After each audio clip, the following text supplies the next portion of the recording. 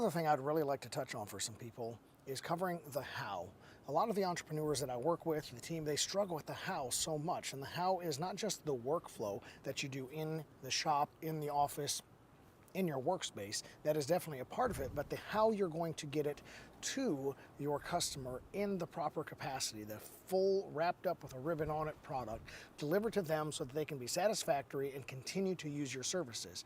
That is a big question mark that people never really sit down and resolve. They don't take the time to break apart the steps. What I have people do is create basically a blow up diagram. They take their process, they blow it up into all of the steps, and then we methodically go through there and build exactly that, a method for them. We remove duplication, we remove choke points and funnels, and we get them the most efficient streamlined process that we can.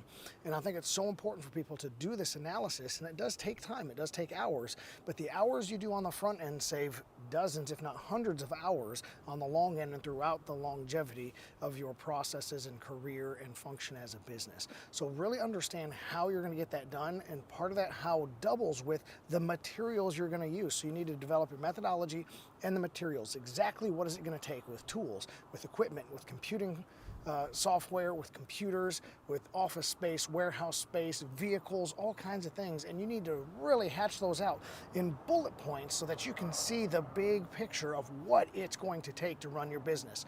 If a young or new entrepreneur can really figure out what it's going to take, and they understand all the materials, not just what they're producing into that final product or service, but what it takes to execute on a day-to-day basis, you're going to have, once again, another leg up. So really sit down and resolve your how you're going to get it done, the materials it's going to take, so you can have that methodology materials working together as a part of that 5Ms program.